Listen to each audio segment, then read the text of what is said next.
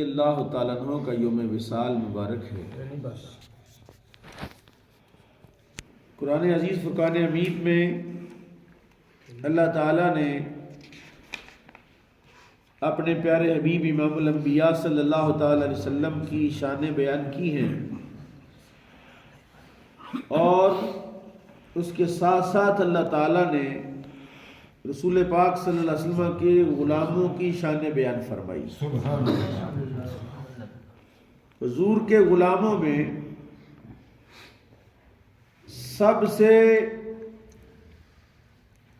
اقرب غلام، سب سے اعلیٰ غلام، جس نے اپنے مال کے ساتھ بھی، اپنی جان کے ساتھ بھی، اپنی اولاد کے ساتھ بھی، اپنے وطن کے ساتھ بھی سب کچھ رسول اللہ پر قربان کرنے کے لیے پیش کر دیا، اور پھر کبھی بھی رسول پاک صلی اللہ تعالی علیہ وسلم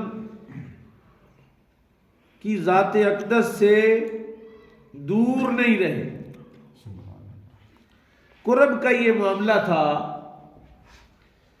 کہ بچپن سے لے کر جوانی تک، جوانی سے لے کر بڑھاپے تک، اور بڑھاپے سے لے کر مرنے تک، اور مرنے سے لے کر قیامت تک، اور قیامت سے لے کر جنت میں داخلے تک اللہ تعالیٰ نے جناب صدیق اکبر کو رسول اللہ کا ثانی قرار دیا۔ حضرت ابوبکر صدیق رضی اللہ عنہ جماعت صحابہ میں وہ خوش نصیب صحابی ہیں جن کی 4 نسلیں، 4 پشتیں بیک وقت صحابیت کا مقام رکھتی ہیں، یعنی 4 نسلوں کے ساتھ جو بندہ رسول اللہ کا صحابی ہے، اور پھر مزاج رسول، مقام رسول اور حقیقت رسول صلی اللہ تعالی علیہ وسلم سے سب سے زیادہ آگاہ صحابہ میں اگر کوئی بندہ ہے تو وہ ابوبکر صدیق ہے،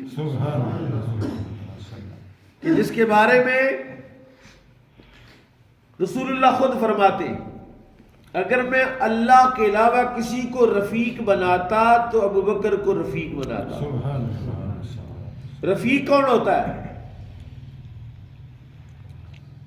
رفیق وہ ہے، ابراہیم خلیل اللہ ہے اور صدیق اکبر خلیل الرسول ہے۔ ابراہیم خلیل اللہ ہے اور صدیق اکبر خلیل الرسول ہے، اور خلیل اللہ کی یہ شان ہے کہ اس نے جان بھی پیش کر دی، اولاد بھی پیش کر دی، مال بھی پیش کر دیا، آگ میں پھینکنے کے لیے اپنے آپ کو پیش کیا، بیٹے کو چھری کے نیچے رکھ دیا، مال بھی اللہ کی راہ میں قربان کر دیا۔ اور یہاں خلیل الرسول کا بھی یہ حال ہے کہ جنہوں نے اپنی جان بھی رسول اللہ پر قربان کی، جنہوں نے اپنا مال بھی رسول اللہ کے لیے وقف کر دیا، اور جنہوں نے اپنی اولاد تک کو موقع نہیں ملا نا۔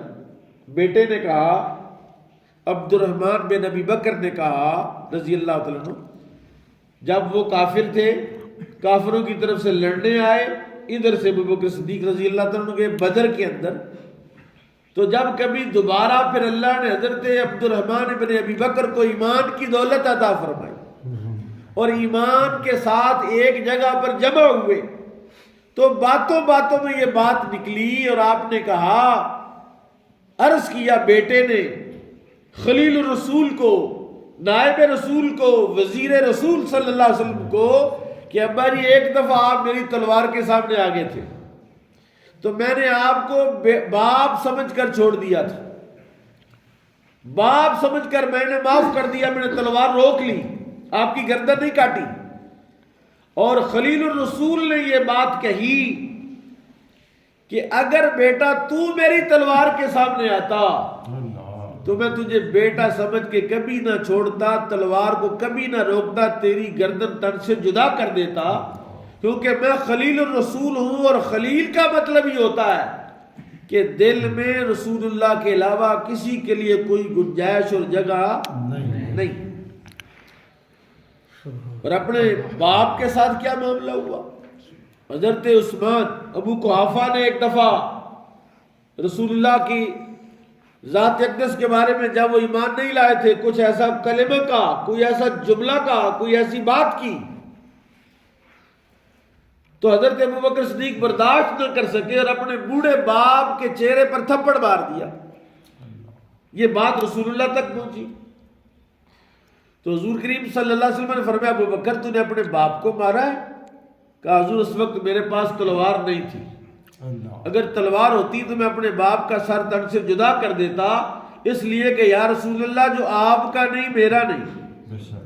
یعنی بیٹے کے بارے میں بھی، باپ کے بارے میں بھی. اور قرآن نازل ہوا، قرآن نے کہا لا تجد قوم یؤمنون باللہ والیوم الاخر یوادون من حاد اللہ ورسولہ لو کانوا آباءہم او ابناءہم او اخوانہم او عشیرتہم. قرآن کہہ رہا ہے ایسی قوم آپ کو کہیں نہیں نظر آئے گی، ایسی قوم کہیں نہیں ملے گی کہ اللہ پر بھی ایمان لائے، آخرت کے دن پر بھی ایمان لائے اور ایسے لوگوں سے محبت بھی کرے جو اللہ رسول کے دشمن ہوں.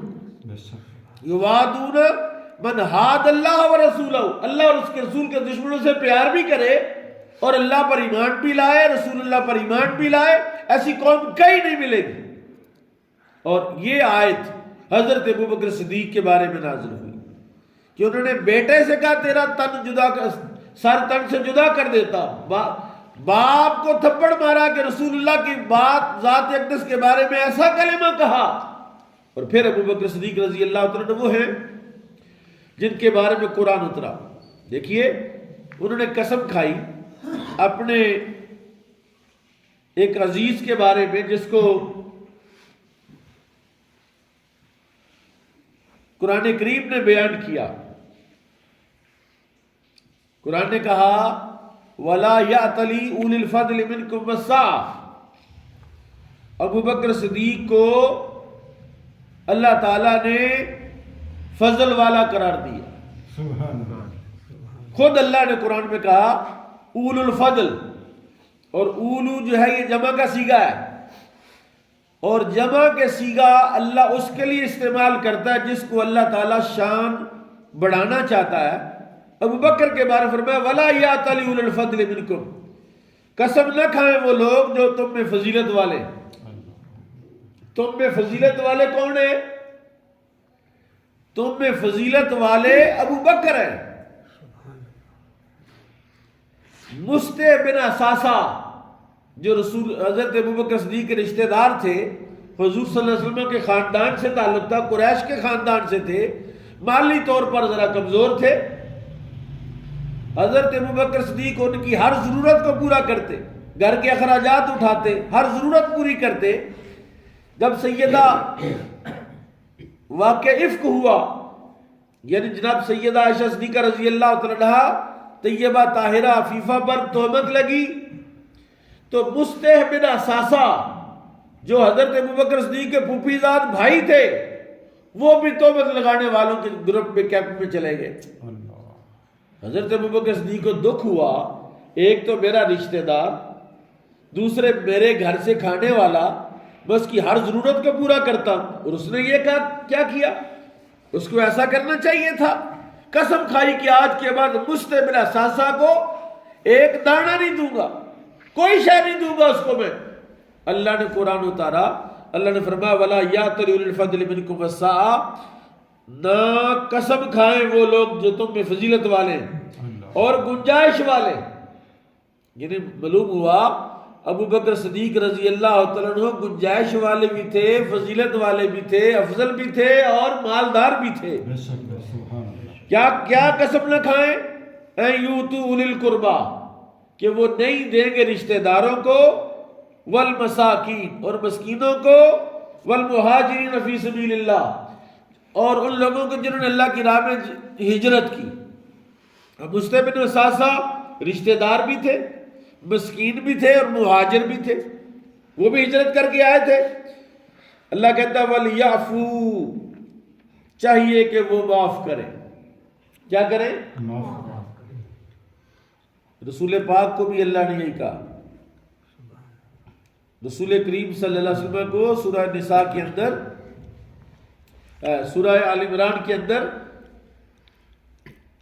اللہ تعالیٰ نے ارشاد فرمایا وَشَاوِرْهُمْ فِي الْأَمْرِ، ان سے ذرا مشورہ فرمایا کریں اور ان کو معاف کیا کریں، ان سے درگزر کیا کریں.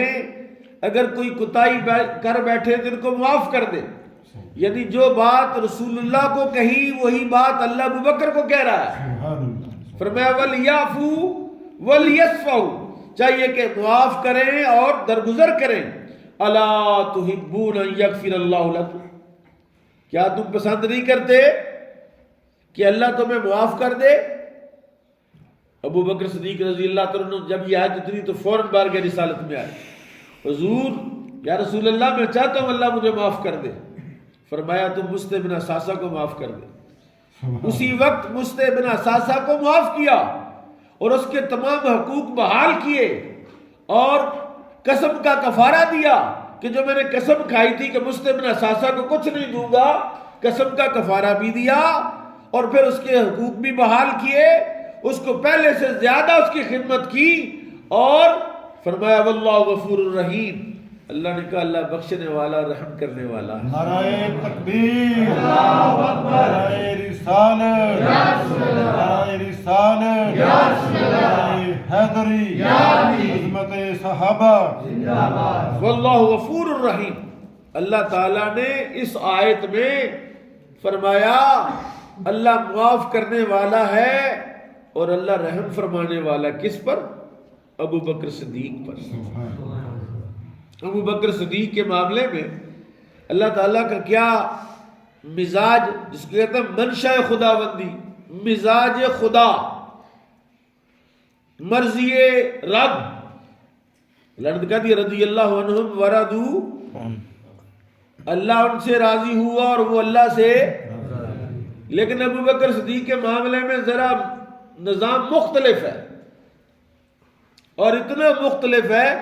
دیکھو بھی اس وقت اللہ تعالیٰ کیا چاہ رہا ہے میں نہیں بتا سکتا، آپ میں سے کوئی بندہ نہیں بتا سکتا. ایک ہی ہستی ہے نا جو بتا سکتی ہے کہ اس وقت اللہ کی مرضی کیا ہے، اس وقت اللہ کی منشا کیا ہے، اس وقت اللہ تعالیٰ کی جو رضا ہے وہ کیا ہے.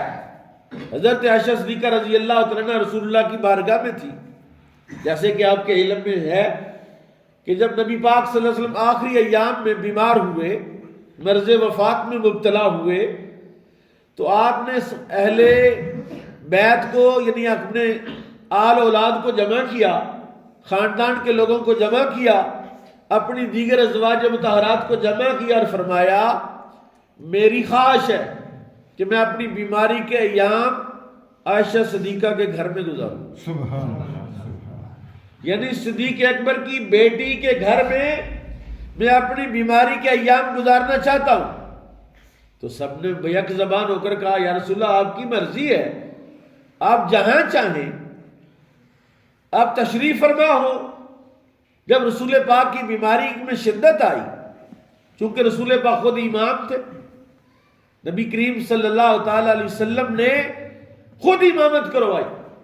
اس کے باوجود کہ امامت کرانے کے لیے اور بہت سارے صحابہ تھے، رسول اللہ نے قیامت تک کے اماموں کو عزت دی کہ میں خود امام ہوں، تاکہ قیامت تک جو بھی امامت کے منصب پر کھڑا ہو اس کے سر پر یہ تاج سجے گا کہ یہ مصلی رسول پر کھڑا ہے. امامت کو عزت بخشی، امام کو عزت بخشی. اور جب بیمار ہوئے امامت کی وہ سکت نہ رہی، اتنی کمزوری اور اتنا ضعف غالب آ گیا کہ مصلی پر نہیں کھڑے ہو سکے. آپ نے فرمایا مروا ابا بکر فلیصلی بالناس، ابو بکر کو حکم دو کہ لوگوں کو نماز پڑھائے. یعنی میں آپ کو یہ بتا رہا ہوں کہ مزاج خدا کیا ہے، منشا خداوندی کیا ہے، کہ ابو بکر صدیق سے آگے کوئی نہ بڑھے، یہ اللہ کی منشا ہے، یہ اللہ کی مرضی ہے. اور اس پہ میں یہ بات عرض کر رہا ہوں، آپ کو حدیث عرض کر رہا ہوں، واقعہ عرض کر رہا ہوں. مروا ابا بکر فلیصلی بالناس، ابو بکر کو حکم دو کہ لوگوں کو نماز پڑھائے. حضرت عائشہ صدیقہ رضی اللہ تعالیٰ عنہ نے عرض کیا حضور میرے ابا جی کا دل بڑا کمزور ہے، کسی اور بندے سے کہیں کہ نماز پڑھائے۔ حضور نے فرمایا مروا ابا بکر فلیصلی بالناس، ابو بکر کو حکم دو کہ لوگوں کو نماز پڑھائے۔ انہوں نے پھر انکار کیا، نہیں یا رسول اللہ کسی اور کو کہیں وہ نماز پڑھا لے۔ حضور نے تیسری مرتبہ فرمایا مروا ابا بکر فلیصلی بالناس، ابو بکر کو حکم دو لوگوں کو، بولتے نہیں یار، ابو بکر کو حکم دو کہ لوگوں کو نماز پڑھائے۔ انہوں نے تیسری مرتبہ بھی انکار کیا۔ یہ 3 مرتبہ کا انکار اس لیے کیا تاکہ قیامت تک کوئی یہ نہ کہے کہ ایسے ہی ابو بکر کا نام زبان سے نکل آیا تھا۔ حضور تو کسی کو بھی کہہ سکتے تھے نا، تو ابو بکر کا نام آ گیا زبان پر۔ 3 مرتبہ انکار بتاتا ہے اور تینوں مرتبہ کا اقرار بتاتا ہے کہ رسول پاک صلی اللہ علیہ وسلم نے باہوش و حواس ابو بکر صدیق کو مصلی دینے کا حکم فرمایا۔ جب تیسری مرتبہ انکار کیا تو میرے آقا نے فرمایا جو میں نے بتایا مزاج خدا کیا ہے، مزاج الہی، منشا خداوندی کیا ہے، فرمایا عائشہ تو کہتی ہے کسی اور سے کہوں کہ نماز پڑھائے، اللہ نہیں مانتا۔ کون کہہ رہا ہے؟ رسول اللہ فرما رہے ہیں، یعنی وہ ہستی کہہ رہی ہے جو جانتی ہے کہ اس وقت اللہ کیا چاہتا ہے۔ فرمایا میں کہتا ہوں وہ نماز پڑھائیں، تو ہر بار کہتی ہے نہیں کسی اور کو کہیں۔ فرمایا اللہ نہیں مانتا، اور صرف یہی نہیں کہ اللہ نہیں مانتا، فرمایا اس کا رسول بھی نہیں مانتا۔ تو مجھے کہہ رہی ہے نا کہ ابو بکر کسی اور کو کہوں، نہ اللہ مانتا ہے، نہ اس کا رسول مانتا ہے، نہ لوگ مانتے ہیں۔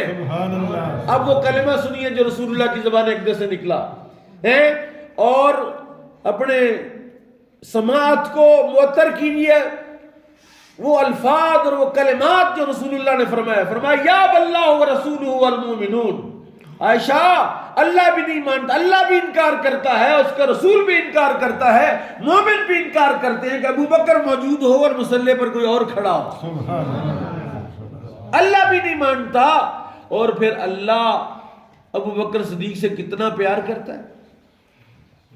ایک دفعہ رسول اللہ نے بتایا، حضور نے بتایا کہ جب غار ثور میں تھے، حضرت ابو بکر صدیق کو پیاس لگی تو انہوں نے پانی مانگا، حضور مجھے پیاس لگی ہے، فرمایا غار کے دروازے پر جاؤ، فاذهب الى صدر الغار فاشرب، دروازے پر جا کے پانی پی لو۔ ابو بکر صدیق جانتے تھے دروازے پر کوئی نلکا نہیں لگا ہوا، وہاں کوئی پانی کہاں سے آ گیا، اور وہاں تو 100-150 نہیں کئی سینکڑوں کے حساب سے گہرائی ہے، جس طرف رسول اللہ کہہ رہے جاؤ پانی پی لو جا کے، کوئی نیچے اترنے کا رستہ اور سیڑھی بھی نہیں ہے۔ لیکن اس صدیق اکبر نے، جنہوں نے رسول اللہ کی بات ماننے کا حق ادا کر دیا، کیونکہ ہر کسی نے کوئی نہ کوئی دلیل مانگی، کوئی نہ کوئی حجت مانگی، کوئی نہ کوئی ثبوت مانگا رسول اللہ کی رسالت کے لیے، یہ واحد ابو بکر ہیں جنہوں نے رسول اللہ سے کسی قسم کا مطالبہ نہیں کیا، اور فوراً کلمہ پڑھا رسول اللہ پر۔ دروازے پر گئے کہ حضور نے کہا ہے دروازے پر جاؤ تو پانی ہے، تو تبھی حضور کہہ رہے ہیں نا رسول پاک کی بات۔ اب ہماری تو اپنا مزاج ہو گیا نا لوگوں کا آج کل کے۔ ایک دن نبی پاک مسجد میں واعظ فرما رہے تھے، واعظ کرتے حضور نے فرمایا بیٹھ جاؤ۔ حضرت ابو ہریرہ گلی میں آ رہے تھے، وہ پیچھے، کانوں میں آواز پڑی، بھئی مسجد والوں کو کہا ہوگا نا بیٹھ جاؤ، ہے ماننے کی بات ہے کہ اس طرح ماننا چاہیے جیسے صحابہ نے مانا ہے۔ حضور نے فرمایا بیٹھ جاؤ، ابو ہریرہ اسی جگہ پر گلی میں جانتے وہی بیٹھ گئے۔ میرے آقا کی نظر پڑی، فرمایا تمہیں نہیں کہا، حضور آپ کی زبان سے نکلا بیٹھ جاؤ تو میں بیٹھ گیا۔ تو جس طرح مانا ابو بکر نے ہے اس طرح کسی اور نے نہیں مانا ہے، اسی لیے تو یہ مقام پایا ہے، کیونکہ مقام ملتا ہی تب ہے جب تم اپنے رسول کی، اپنے نبی کی بات اس طرح مانو جس طرح ماننے کا حق ہے۔ فرمایا جاؤ دروازے سے پانی پی لو۔ دروازے پر گئے، وہاں ٹھنڈے میٹھے اور سفید پانی کا چشمہ بہ رہا تھا، خوب پیٹ بھر کے پیا، ٹھنڈا پانی شربت ہو، گرمیاں ہو، شکل دوپہر ہو، مزہ آتا ہے نا. پی کے واپس آئے. پوچھا ابو بکر پیا ہے؟ یا رسول اللہ پیا ہے. فرمایا کیسا تھا؟ کیسا پانی تھا؟ حالانکہ یہ سوال بنتا نہیں، لیکن رسول اللہ نے سوال کیا اور ابو بکر صدیق رضی اللہ عنہ نے اس کا جواب دیا. اور سوال کیوں کیا یہ بھی سنیے، اور جواب کیوں دیا یہ بھی سنیے. سوال اس لیے کیا تاکہ ابو بکر جب مجھے بیان کرے گا اور قیامت تک یہ بات جب کی جائے گی تو پتہ چلے گا کہ ابو بکر کا مقام کیا ہے، شان صدیق اکبر کیا ہے. فرمایا کیسا تھا پانی؟ یا رسول اللہ احلا من العسل، شہد سے میٹھا تھا. شہد سے اتنی میٹھی سبحان اللہ نہیں آپ نے کہی. فرمایا احلا من العسل، شہد سے میٹھا تھا. ابید من اللبن، دودھ سے زیادہ سفید تھا. ابرد من الثلج، برف سے زیادہ ٹھنڈا تھا. فرمایا جانتے ہو پانی آیا کہاں سے؟ یا رسول اللہ جان اس کے رسول نے فرمایا پانی آیا جب تو نے پانی مانگا، اللہ نے جنت کے چشموں والے فرشتے کو حکم دیا، میرے محبوب کے محبوب نے، میرے محبوب کے یار نے، میرے محبوب کے خلیل نے پانی مانگا ہے، جنت سے لے کر غار کے دروازے تک چشمہ پہنچاؤ. سبحان اللہ. واٹر سپلائی کا کام آنن فانن ہوا ہے. یہاں تو واٹر سپلائی آنی ہو تو کیا کتنا ٹائم لگتا ہے. فرمایا ابھی اذا اراد اللہ بشیء یقول له کن فیکون، جب اللہ کسی کام کا ارادہ کرتا کہتا ہو جا، ہو جاتا ہے. جتنا ٹلا آپ نے ہو جاتا کہا تھا اتنا ٹلا ہو جاتا نہیں ہوتا. اذا اراد اللہ بشیء ان یقول له کن فیکون، اللہ کے جب ارادہ کرتا کہتا ہو جا. ابھی ہو جا کہا ہے تو پہلے ہو ہی جاتا ہے. چشمہ آ گیا، پانی پی لیا. یا رسول اللہ یہ پانی کہاں سے آیا؟ فرمایا تیرے لیے جنت سے پانی آیا. اب یہاں جو میں نے جس لیے یہ پورا واقعہ سنا وہ سنے کہ اللہ کے ہاں رسول اللہ کا مقام، ابو بکر صدیق کا مقام کیا ہے. یا رسول اللہ کے ہاں میری یہ شان ہے کہ میں پانی مانگوں تو جنت سے چشمہ آئے. فرمایا اس سے بھی زیادہ اللہ کے ہاں تیری شان ہے. فرمایا مجھے اللہ نے فرمایا ہے، اللہ نے مجھے فرمایا ہے کہ جس کے دل میں ابو بکر صدیق کا بغض ہوگا وہ جنت میں داخل ہی نہیں ہو سکتا. یہ مقام ہے تیرا اللہ کی بارگاہ میں کہ تیری محبت ہوگی دل میں تو وہ جنت میں جائے گا، جس کے دل میں تیرا بغض ہوگا وہ جنت میں جا سکتا نہیں. اور یہ ابو بکر صدیق ہیں کہ جن کے سر پر تاج سجا کہ ابو بکر کی موجودگی میں کسی اور کو مسلح پر کھڑے ہونے کی اجازت نہیں. اپنی یہی نہیں کہتے ملہم امت مصطفیٰ. ملہم الہام ہوتا ہے نا، کبھی کبھی القاء ہوتا ہے، ہمارا الہام ہوتا ہے کسی اللہ کی خوش نصیب بندے کے دل میں. کہتے میرے دل میں بات آئی تھی، میرے دل میں میں ذرا بتاتا ہوں آپ کو بات. ایک دن رسول اللہ نے پوچھا صحابہ بیٹھے تو بتاؤ میرے صحابہ انسان کے مشابہ کون سا درخت ہے؟ سب خاموش، کوئی نہیں بولے. فرمایا انسان کے مشابہ کون سا درخت ہے؟ سب خاموش. حضور نے فرمایا کھجور. سبحان اللہ. انسان کے مشابہ. کھجور کس کے مشابہ؟ انسان کے مشابہ ہے. کیوں کہ سارے درخت جب ان کی جڑ کاٹ دیں تو خشک ہو جاتے ہیں، جبکہ کھجور کی جڑ کاٹیں تو کھجور خشک نہیں ہوتی. بندے کے پاؤں کٹ جائیں تو بندہ مر جاتا کہ زندہ رہتا ہے؟ زندہ رہتا ہے، زندہ رہتا ہے، پاؤں کٹ جائے. فرمایا کھجور کا سر کاٹ دو کھجور مر جاتی. انسان کا بھی سر کاٹ دو انسان یعنی جو صفات انسان میں وہ صفات کھجور میں. حضور نے جب بتا دیا مجلس ختم ہوئی.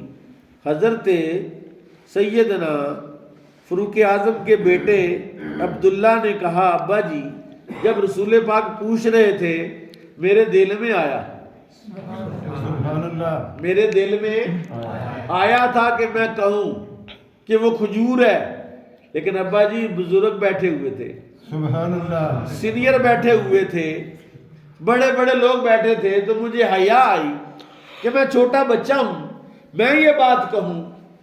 حضرت ابوبکر، حضرت فاروق اعظم نے کہا میرے پترا، تو نے ادب کیا، اچھا کیا، لیکن سن، اگر کہیں تو یہ جواب دے دیتا،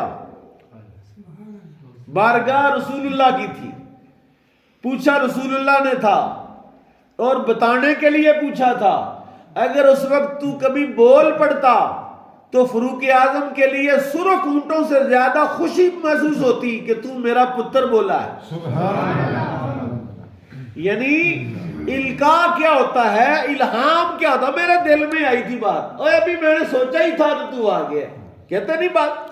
وہ خوش نصیب ہوتے ہیں جن کے دل میں بات آتی ہے، اس کا فون آ جاتا ہے، دل میں بات آتی ہے بندہ ہی آ جاتا ہے، دل میں ہوتی ہے اللہ وہ خواہش ہی پوری کر دیتا ہے۔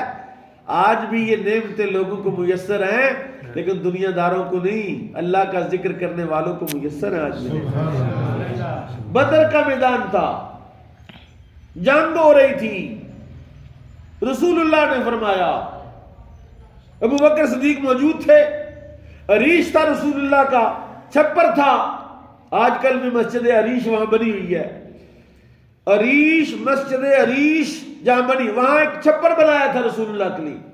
رسول پاک دعا کر رہے تھے، یا اللہ اگر یہ مٹھی بھر مسلمان نہ رہے تو قیامت تک تیرا نام لینے والا کوئی نہیں رہے گا۔ یہ جملہ کہا تو ابوبکر صدیق نے حضور کا ہاتھ پکڑ لیا، سبحان اللہ، بس کریں یا رسول اللہ، اب کیا بنتا حضور کہتے ہیں تو کون ہوتا مجھے روکنے والا؟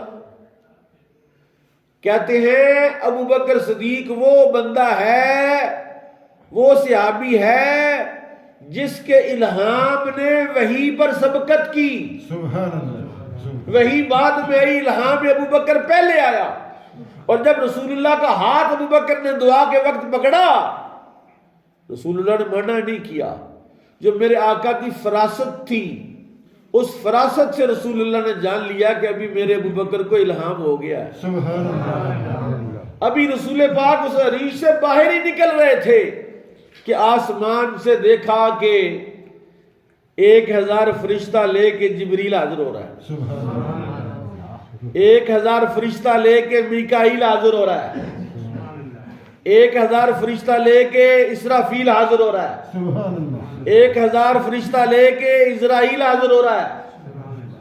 چاروں فرشتوں نے ہزار فرشتہ ساتھ لیا اور اللہ کی مدد آ گئی، اور ساتھ ہی وحی بھی آ گئی۔ سبحان اللہ، شاہ ولی اللہ نے ازالۃ الخفا میں لکھا ہے کہ ابوبکر صدیق وہ ہیں جن کا الہام وحی سے سبقت لے گیا، بلکہ اس نے اگلا جملہ لکھا ہے، جملہ بڑا جملہ ہے اور ہضم بھی ہونا چاہیے، جب میں بیٹھا ہوں بتانے کے لیے تو ہضم ہو جانا چاہیے، نہ بھی ہو تو پھر بھی میں پڑی دینے کے لیے تیار ہوں، میرے پاس پڑیاں ہیں۔ فرمایا شاہ ولی اللہ نے کہا بلکہ الہام ابو بکر ہی وہی بن کے دوبارہ نازل ہوا۔ سبحان اللہ، یہ ابو بکر کا مقام ہے، اور یہ مقام کیسے ملا؟ کیسے ملا مقام؟ یہ مقام ایسے ملا، حضور نے فرمایا ابو بکر نمازوں اور روزوں کی وجہ سے افضل نہیں، بلکہ ابو بکر صدیق کے افضل ہونے کی وجہ کیا ہے؟ فرمایا اللہ نے جو راز میرے دل میں ڈالا وہ راز میں نے ابو بکر کے دل میں ڈالا۔ سبحان اللہ، جو راز اللہ نے میرے دل میں ڈالا میں نے ابو بکر کے دل میں داخل کیا، ابو بکر دل میں ڈالا، اور وہ کیا تھا؟ حضور نے ایک دن فاروق اعظم کو کہا حل انت حسنۃ من حسنات ابی بکر، اوے عمر سن، تو ابو بکر کی نیکیوں میں سے صرف ایک نیکی ہے۔ نہیں سمجھے آپ؟ سبحان اللہ، کہ تیری ساری نیکیاں، تیرا سارا ایمان، تیری ساری عبادتیں اگر جمع کریں ابو بکر صدیق کی ایک نیکی بنتی ہے۔ اور سیدنا داتا گنج بخش علی جویری نے اس روایت کے بعد جو جملہ لکھا ہے وہ سونے کے پانی سے لکھنے کے قابل ہے. اللہ کہتے ہیں مقام ابو بکر صدیق کو کسی نے سمجھنا ہو تو سنیں. وہ بندہ جس کے بارے میں رسول اللہ نے فرمایا ان الحق ینطلق علی لسان عمر و قلبہ، حق کو اللہ نے عمر کی زبان اور دل پر جاری کر دیا. وہ بندہ جس کے نام اور جس کے سائے سے بھی شیطان بھاگتا ہے، وہ بندہ جس کی نیکی آسمان کے ستاروں کے برابر ہے، جب اس کا حال یہ ہے کہ ابو بکر کی ایک نیکی کے برابر اس کا مقام ہے، تو باقی کون کس بات کی مولی ہے؟ سبحان اللہ. نعرہ تکبیر، نعرہ رسالت، نعرہ حیدری، نعرہ تحقیق، نعرہ صحابہ. سبحان اللہ. میرے آقا نے فرمایا لو وزنا ایمان ابی بکر ما ایمان غیرہم، اگر ابو بکر کے ایمان کا وزن کیا جائے کس کے ساتھ؟ سب ایمان والوں کا ایمان ایک پلڑے میں اور ایمان ابو بکر ایک پلڑے میں، حضور صلی اللہ علیہ وسلم نے فرمایا لرجح ایمان ابی بکر، ابو بکر کا ایمان سارے لوگوں کے ایمان سے بڑھ جائے گا. اب وجہ بھی تو پتہ ہونی چاہیے نا. میں بتاتا ہوں وجہ، آپ سننے کے لیے تیار ہیں تو سبحان اللہ کہیں. وہ وجہ کیا تھی کہ ایمان ابو بکر بڑھ گیا؟ وہ وجہ کیا تھی کہ ابو بکر کی نیکیاں بڑھ گئی؟ وہ وجہ کیا تھی؟ وہ وجہ تھی غار ثور کے اندر وہ گزاری ہوئی رات. سبحان اللہ. وہ غار ثور میں جو رسول اللہ پر قربانی دی نا ابو بکر نے. اور یہاں بڑی مزیدار بات ہے، ان کے لیے جو ابو بکر صدیق سے محبت کرتے ہیں، جن کے دل میں محبت ابو بکر ہے، ان کے لیے تو یہ بہت بڑا تحفہ ہے. کیا کہا؟ ابو بکر صدیق نے غار ثور میں ایک کام کیا کہ سارے سوراخ بند کیے. کیا کیا؟ اپنی دستار سے ٹکڑے کر کر کے سوراخ بند کیے، چادر پھاڑ پھاڑ کے سارے سوراخ، ایک سوراخ بند نہیں کیا. اس پہ رکھی اپنی ایڑی. کیا رکھی؟ اپنی ایڑی رکھی. سارے سوراخ بند کر دیے. ایک سوراخ کھلا کیوں چھوڑا؟ اس میں بھی کوئی شے دے دیتے، کوئی بجری ڈال دیتے. وہاں تو پہاڑ تھا، بجری کی کمی تو مبارک صاحب نہیں تھی نا، تو وہ وہاں بجری ڈال دیتے. کہا نہیں، سارے دروازے بند کیے.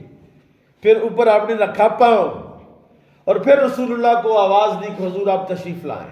سبحان اللہ. حضور اس غار میں چلے گئے، ابو بکر صدیق کی گود میں سر رکھ کے رسول اللہ صلی اللہ علیہ وسلم سو گئے. ابو بکر نے اعلان کیا قیامت تک آنے والے سارے لوگوں کے لیے کہ سنو، جو رسول اللہ صلی اللہ تعالی علیہ وسلم تک پہنچنا چاہے، میں ابو بکر نے سارے دروازے بند کیے ہیں. اگر کوئی میرے آقا تک پہنچنا چاہتا ہے، ایک ہی دروازہ ہے، اور وہ دروازہ وہ ہے جہاں ابو بکر صدیق کا پاؤں ہے. سبحان اللہ. گویا کہ رسول اللہ تک پہنچنے کا ایک ہی رستہ ہے، پہلے ابو بکر کے پاؤں کو بوسہ دینا پڑے گا. سبحان اللہ. ابو بکر صدیق رضی اللہ تعالیٰ کے پاؤں کو بوسہ دو، پھر تم رسول اللہ تک جا سکتے ہو. نہیں تو رسول اللہ تک جانے کے سارے رستے بند ہیں. اور جب ابو بکر کے رستے کے علاوہ کوئی رسول اللہ تک پہنچا تو وہاں اسے پہنچنے کی اجازت نہیں. میں قرآن شریف کی آیت پڑھوں قرآن شریف. سبحان اللہ. فرمایا الا تنصروا فقد نصره الله اذ اخرجه الذين كفروا. الا تنصروا، اگر تم میرے نبی کی مدد نہیں کرو گے تو اللہ خود اپنے نبی کی مدد فرمائے گا. کب؟ اذ اخرجه الذين كفروا، جبکہ کافروں نے ان کو نکال دیا. کنہوں نے نکالا؟ کافروں نے مکے سے رسول اللہ کو. تو کس نے مدد کی؟ ابو بکر صدیق نے. اچھا، ابو بکر صدیق رسول اللہ کے مددگار، ابو بکر صدیق رسول اللہ کے مددگار. مزیدار بات کہنے لگا ہوں, توجہ ذرا رہے, ضائع نہ کر بیٹھنے کہیں, یہ قیمتی موتی ہے. کہا اللہ کی مدد کا ذریعہ اور سبب ابو بکر ہو, تو یہ مقام ابو بکر ہے کہ اللہ جب اپنے نبی کی مدد کرنا چاہے تو بذریعہ ابو بکر صدیق مدد کرتا ہے.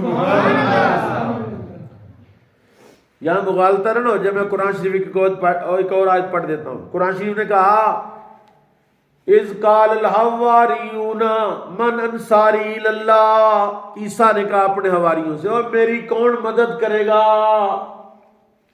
قال الحواریون نحن انصار اللہ, سبحان اللہ. حواریوں نے کہا ہم اللہ کے مددگار ہیں. اور اللہ کی مدد کون کر سکتا ہے؟ کہا ہاں, جو اللہ کی مدد کرنا چاہتا ہے وہ اس کے بندے کی مدد کرے, اللہ کی مدد ہوگی. سبحان اللہ.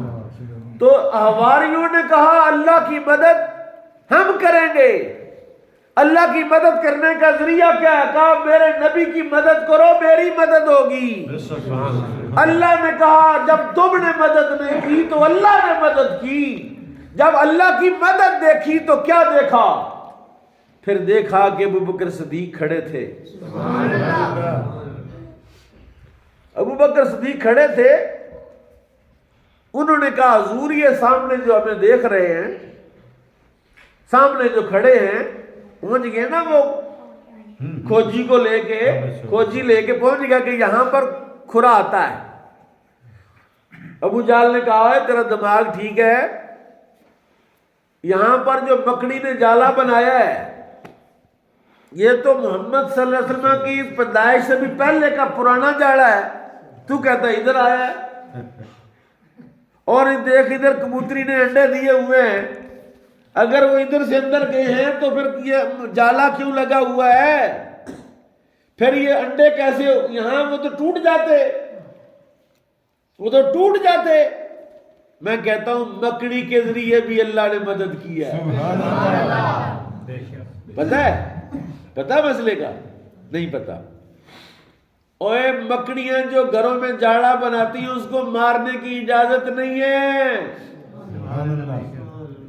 جاڑا صاف کرنے کی اجازت ہے, مکڑی مارنے کی اجازت نہیں ہے.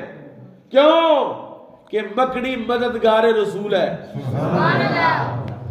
اور نسل تو وہی ہے نا, اور برادری تو وہی ہے نا. فرمایا جو میرے نبی کی مدد کرے اس کی ساری برادری محترم ہو جاتی ہے. اور وہ کبوتری جس نے انڈے دیے قیامت تک وہ کبوتر زندہ رہیں گے. اور کبوتر بھی اتنے سیانے ہیں کہ حضور کے روزے پر نہیں بیٹھتے. سبحان اللہ. میں اگلے دن گیا داتا صاحب, تو میں نے دیکھا کہ سویرے سویرے کا ٹائم تھا, فجر کی نماز کے بعد جب ڈیوٹی شروع ہوتی ہے نا اس سے پہلے کا. ایک بندے نے پائپ پکڑا ہوا, ایک بندے نے ویپر پکڑا ہوا. کھرچی تھی, کھرچی سمجھ لیں, ویپر تھا, ویپر نما, آگے تھوڑی سی پتری لگی تھی. سیدنا داتا گنج بخش لجویری کے جو مزار شریف ہے نا اس کے جو گنبد ہے اس پر بندہ پانی مار رہا تھا, دوسرا وہ بٹھے صاف کر رہا تھا کبوتر کی, جو کبوتر وہاں رہتے ہیں. اور یہ کبوتر تو داتا صاحب کے گنبد شریف پر بیٹھ بھی جاتے ہیں, میٹ بھی کر دیتے ہیں, لیکن قربان جائیں اس گنبد کے, اس گنبد کے قربان جائیں جہاں کبوتر بیٹھتا نہیں اور میٹ بھی نہیں کرتا ہے. چیک تو کرو یار.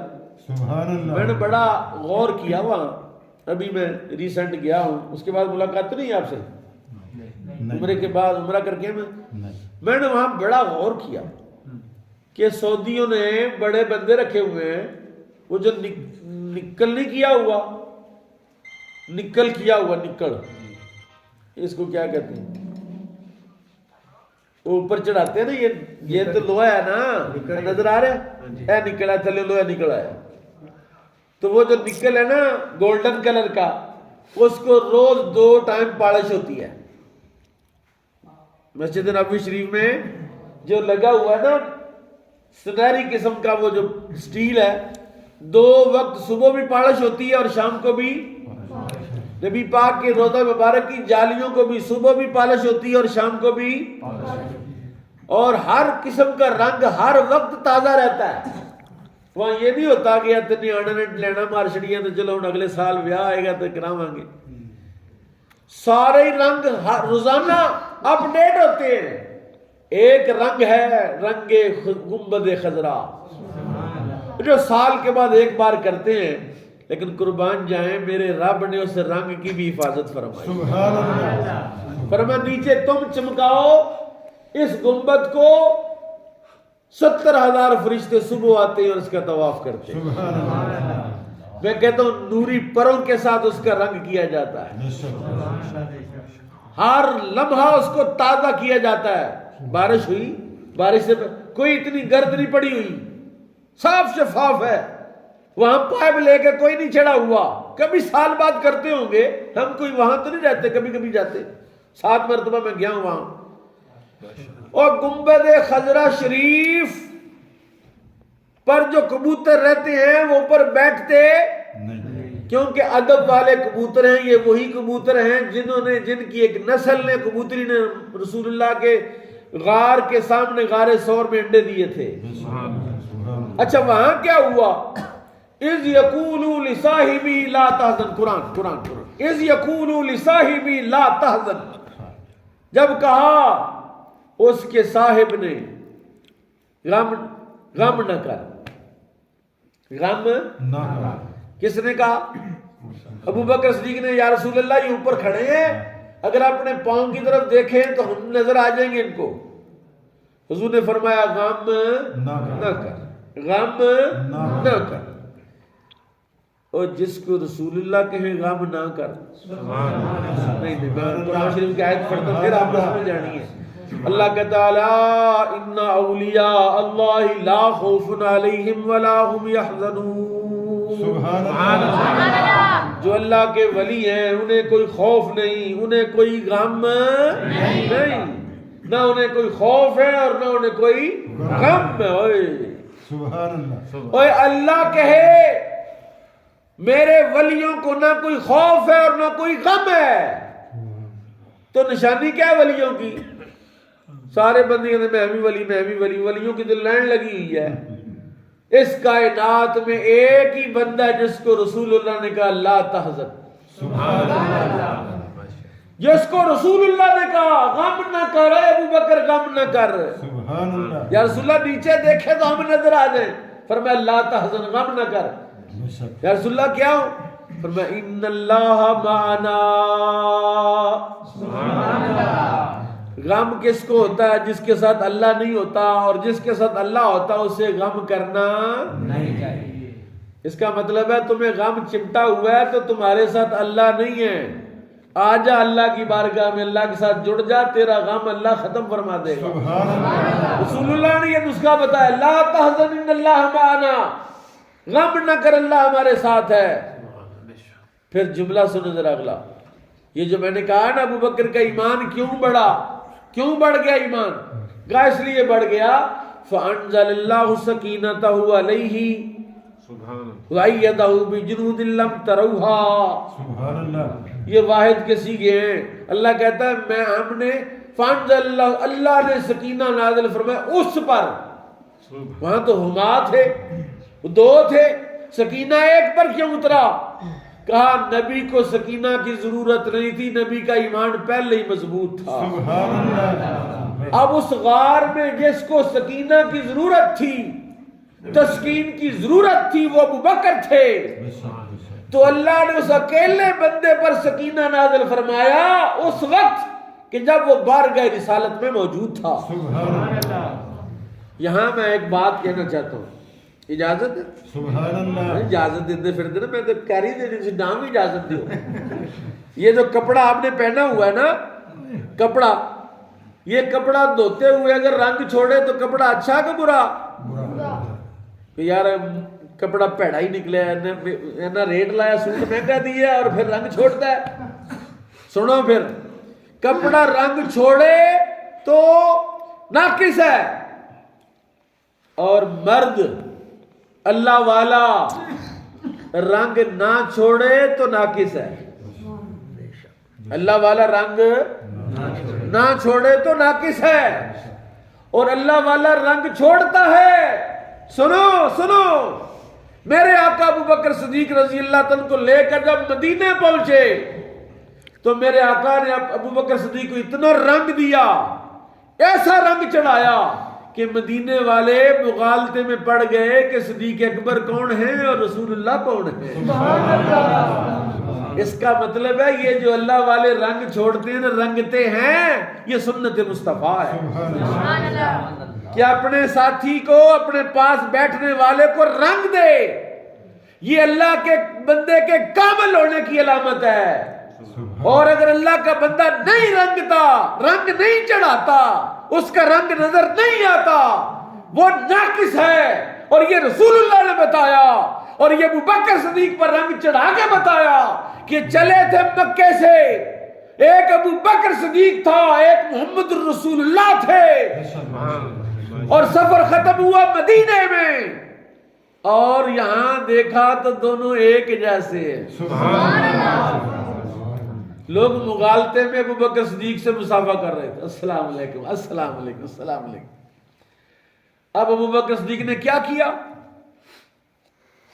کھڑے ہو گئے اور اپنی چادر کا سایہ رسول اللہ پر کر دیا، سبحان اللہ، تاکہ پتہ چلے رنگ ساز یہ ہے، سبحان اللہ، سبحان اللہ، رنگ ریز یہ ہے۔ اے ابو بکر صدیق کا ایمان کیسے بڑھ گیا؟ فرمایا فاروق اعظم نے، اے ابو بکر، میں ساری نیکیاں دینے کے لیے تیار ہوں، ساری عبادتیں لے لے، ساری نیکیاں لے لے، سارا مقام لے لے، سارا مرتبہ لے لے، میں بھی محدث امت مصطفیٰ ہوں۔ رسول اللہ نے فرمایا ہر امت میں ایک محدث ہوتا ہے، اور محدث کون ہوتا ہے؟ جس کی زبان پر اللہ حق کو جاری کر دے وہ محدث ہوتا ہے۔ اور آپ کو پتہ ہے ابو بکر حضرت فاروق اعظم کی موافقت میں بھی کتنی آیات اتری ہیں؟ وہ محدث امت مصطفیٰ ہے، محدث امت مصطفیٰ، ملہم امت مصطفیٰ کی بارگاہ میں درخواست کر رہا ہے، ابو بکر میرا سب کچھ لے لے، وہ رات مجھے دے دے۔ سبحان اللہ۔ میرے آقا نے بھی مور لگائی، فرمایا اوے عمر، حل انت حسنت من حسنات ابی بکر، تو ابو بکر کی نیکیوں میں سے صرف ایک نیکی کے برابر ہے، تو میرے ابو بکر کا مقابلہ کون کر سکتا ہے؟ اگر کائنات میں امت میں ابو بکر جیسا کوئی نہیں تو رسول اللہ جیسا کیسے ہو سکتا ہے؟ سبحان اللہ۔ پھر سنیے، آخر میں ختم کرتا ہوں بات، آج پتہ نہیں کیا بات ہے آپ صاحب، پتہ نہیں کہاں سے یہ مال نکل رہا ہے، بڑا قیمتی مواد ہے، قیمتی مال ہے، چلو پتہ نہیں آپ کو سمجھ آتا نہیں آتا، بچہ میرا ریکارڈ کر رہا ہے، کسی نہ کسی کو تو سمجھ آئے گا۔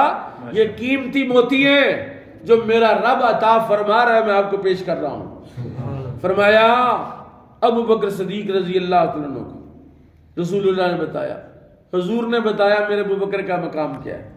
اس طرح مسجد نبوی تھی، لوگوں نے مسجد نبوی میں دروازے نکالے ہوئے تھے، اس کا دروازہ بھی، اس کا دروازہ بھی، اس کا دروازہ بھی۔ حضور باہر نکلے، فرمایا سارے دروازے بند کرو، ابو بکر کا دروازہ بند نہیں ہوگا۔ سبحان اللہ۔ ابو بکر نکلے گھر سے سیدھا مسجد میں، ابو بکر کا دروازہ نہیں بند کرنا۔ سنو، مسجد نبوی کے بڑے ہی دروازے ہیں، لیکن ایک دروازہ باب صدیق اکبر ہے، سبحان اللہ۔ اور باب بلال بھی ہے، اور باب مجیدی بھی ہے، باب عبدالعزیز بھی ہے، لیکن سنو، باب صدیق اکبر میں جب آپ کھڑے ہو جائیں گے تو سامنے رسول اللہ کا روزہ نظر آئے گا۔ سبحان اللہ۔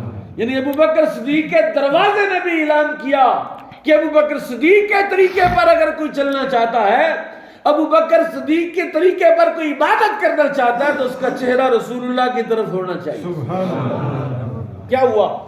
حضرت ابو بکر صدیق کے گھر میں پرونے آ گئے، مہمان آ گئے، آپ نے کھانا تیار کروایا، آپ نے کہا کھاؤ بھی، بسم اللہ۔ یہ قرآن شریف میں ربنا انزل علینا مائدۃ من السماء تکون، لو جی ਮੁਬਾਰਕ ਸਾਹਿਬ ਨੂੰ ਸੁਣ ਲਾ ਪਏ ਨੇ ਤੇ ਗੱਲ ਮੁਕਾ ਦੀ ਜਿਹੜਾ ਬੰਦਾ ਧੌਣ ਸੁੱਟ ਜੇ ਕਹਿੰਦਾ ਧੌਣ ਸੁੱਟ ਗਿਆ, ਜਦੋਂ ਬੰਦਾ ਧੌਣ ਹੀ ਸੁੱਟ ਗਿਆ ਤੇ ਫਿਰ ਗੱਲ ਮੁਕਾ ਦੀ। یہ ہم تو نہ سٹے ہو، میری طرف دیکھنا آپ نے، کیونکہ میری مجلس کا اصول ہی ہے میری طرف دیکھو پھر کیا مزہ آتا ہے۔ کیا ہوا؟ حضرت ابوبکر صدیق رضی اللہ عنہ کے گھر میں آئے مہمان پرونے، آپ نے کھانا پکایا، وہ جو مائدہ آسمانوں سے آیا تھا نا، دسترخوان آیا تھا، اس کی بھی شان یہ تھی کہ بنی اسرائیل کے لوگ جب اس دسترخوان سے لقمہ توڑتے تھے منہ میں جانے سے پہلے ہی وہ لقمہ پورا ہو جاتا تھا۔ مچھلی کا پیس توڑا، ابھی منہ کے پاس مچھلی گئی ہے تو اتنا پیس پھر پورا ہو گیا، برابر ہو گیا۔ وہ مہمان کہتے ہیں، وہ مہمان، وہ پرونے صدیق اکبر کے ضیوفی ابوبکر کہتے ہیں۔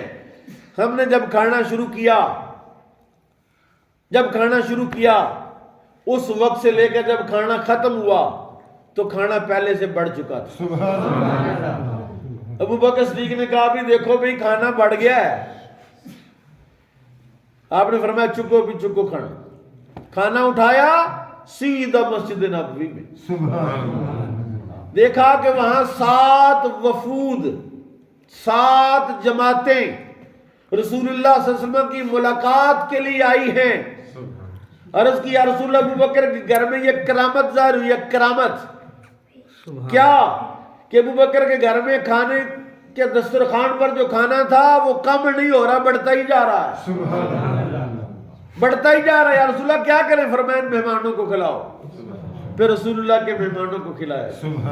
ایک دفعہ ایسا ہوا ہے کہ نبی پاک صلی اللہ علیہ وسلم تشریف لائے۔ حضور کا پروٹوکول یہ ہوتا تھا کہ جب حضور جلوہ افروز ہوتے تو دائیں طرف ابوبکر صدیق بیٹھ جاتے، بائیں طرف فاروق اعظم بیٹھ جاتے۔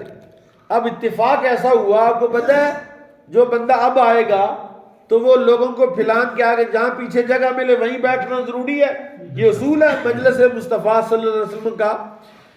حضور بیٹھ گئے، دائیں طرف ایک یہودی، وہ ایک حبشی بیٹھا ہوا تھا، مسلمان تھا، صحابی تھا، کالے رنگ کا حبشی بیٹھا ہوا تھا۔ ابوبکر صدیق اس کے پرلی طرف بیٹھ گئے۔ رسول اللہ کی بارگاہ میں ایک دودھ کا پیالہ آیا۔ کیا ہے؟ حضور صلی اللہ علیہ وسلم کا طریقہ یہ تھا، کبھی ایسا ہوتا کہ پہلے سب کو پلا کے اخیر میں حضور پیتے تھے، کبھی ایسا ہوتا کہ پہلے خود پیتے پھر باقیوں کو پلاتے۔ آج حضور نے پہلے خود پیا اور اس حبشی سے کہتے ہیں میرے بھائی حق تیرا ہے کیونکہ تو دائیں طرف بیٹھا ہے، لیکن اگر تو اجازت دے تو میں پہلے ابوبکر کو نہ پلا لوں۔ اس کا مطلب ہے رسول اللہ کی منشا بھی یہ ہوتی تھی کہ میرے بعد واری ابوبکر کی آئے۔ آپ نے فرمایا اگر تو اجازت دے تو پہلے ابوبکر کو پلا لوں۔ اس نے کہا نہیں میں نہیں اجازت دیتا۔ صحابہ کرام اس کو آنکھیں نکالو، اوئے اس نے کہا چپ کرو تسی وڈے سیانے، خاموش، میرا معاملہ ہے رسول اللہ کے ساتھ۔ اور آج تو قسمت مہربان ہوئی ہے کہ حضور مجھ سے اجازت مانگ رہے ہیں کہ پہلے ابوبکر کو پلاؤ پھر خود پینا۔ کہا تم چپ کرو یار، تمہیں کیا پتا کہ آج میری اوپر قسمت مہربان ہے، پتہ نہیں زندگی میں پھر کبھی یہ موقع آئے نہ آئے۔ پہلے حضور نہیں، میں نہیں اجازت دیتا۔ فرمایا یہ لو۔ پھر اس نے پیالہ پکڑا اور دیکھا کہاں سے حضور نے پیا تھا۔ سبحان اللہ۔ جس جگہ پر پیالے میں حضور نے منہ لگایا وہاں اس نے منہ لگا کے دودھ پیا۔ پھر ابوبکر کو دیا، مجلس ختم ہوئی۔ صحابہ کرام نے اسے سخت سست کہا یار تو نے اچھا نہیں کیا، رسول اللہ کی مرضی اور منشا تھی۔ اور اس نے کہا مجھے بھی پتا تھا کہ حق ابوبکر کا ہی بنتا ہے، اور قیامت والے دن جب یہ اعزازات بانٹے جائیں گے نا تو میرا بھی نام آئے گا کہ کسی کام میں دوسرا میں ہوں۔ سبحان اللہ۔ ثانی اثنین، ثانی دوسرا۔ کہا دوسرا کون؟ کہا دوسرا ابوبکر ہے۔ کہا نہیں، ایک دفعہ مجلس مصطفیٰ میں دوسرا یہ حبشی تھا، دوسرا یہ بندہ تھا اور میرے آقا نے وائلیشن نہیں کی، وائلیٹ نہیں کیا، قانون نہیں توڑا، بلکہ پہلے اس کو پلایا۔ قیامت تک آنے والے لوگوں میں اعلان کیا کہ محمد رسول اللہ وہ ہے جو اپنا قانون توڑتا صلی اللہ علیہ وآلہ وسلم۔ اب ختم کرتے ہیں۔ حضرت ابوبکر صدیق رضی اللہ عنہ، ان کے بارے میں حضور نے فرمایا، اللہ آپ جانتے صحابہ میں سب سے مالدار کون تھا؟ حضرت عثمان غنی۔ حضرت عثمان جس بندے نے سب سے زیادہ مال حضور کی منشا کے مطابق خرچ کیا، کیا نام ہے؟ ان کا لقب ہی غنی ہے۔ لقب ہی کیا ہے؟ عثمان۔ کیڑا عثمان کہتا ہوں؟ امیر عثمان، عثمان غنی، مالدار عثمان، عثمان بن عفان کا عفان تو بے کا نام ہے، لیکن لقب جو رسول اللہ نے فرمایا غنی، میرا غنی۔ حضور صلی اللہ علیہ وسلم جب کوئی بندہ مانگنے آتا نا، اگر حضور کے پاس ہوتا عطا فرماتے، نہ نہیں کرتے تھے، فرمایا ابھی میرے پاس نہیں، تم عثمان کے پاس جاؤ اور میرا سنا دینا۔ ایک بندہ حضور نے بھیجا، وہ بندہ حضرت عثمان غنی کے دروازے پر گیا تو اندر لڑائی لگی، میاں بیوی کی لڑائی لگی ہوئی ہے۔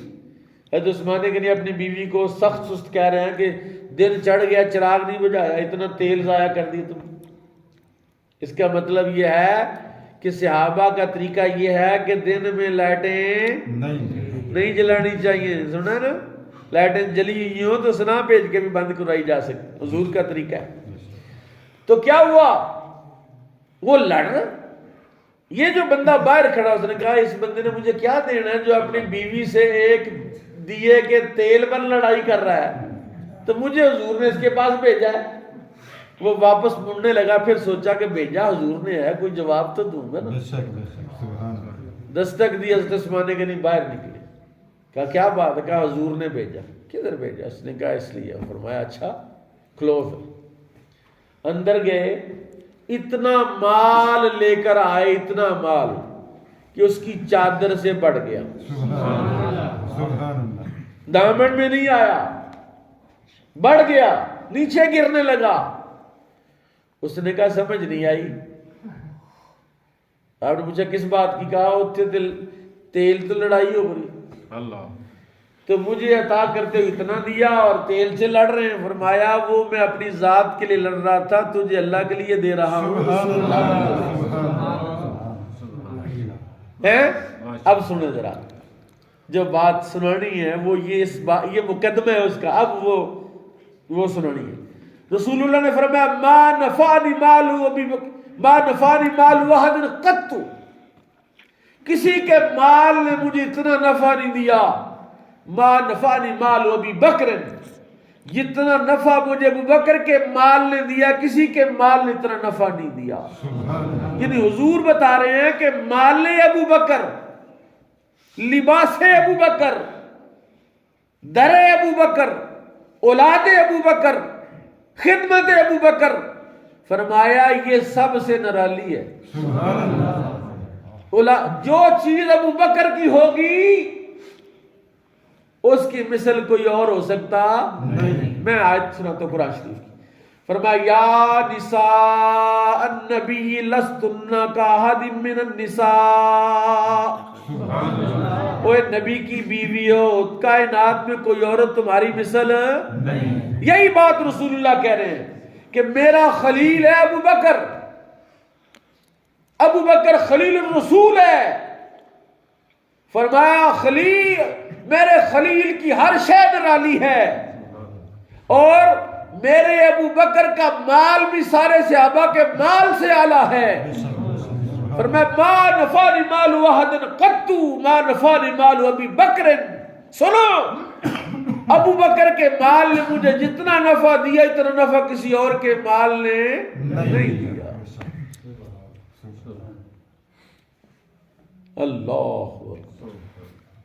اور آخری بات، کیونکہ آپ نے صحیح طرح سبحان اللہ نہیں کہا، میں سمجھتا ہوں آخری بات سنا۔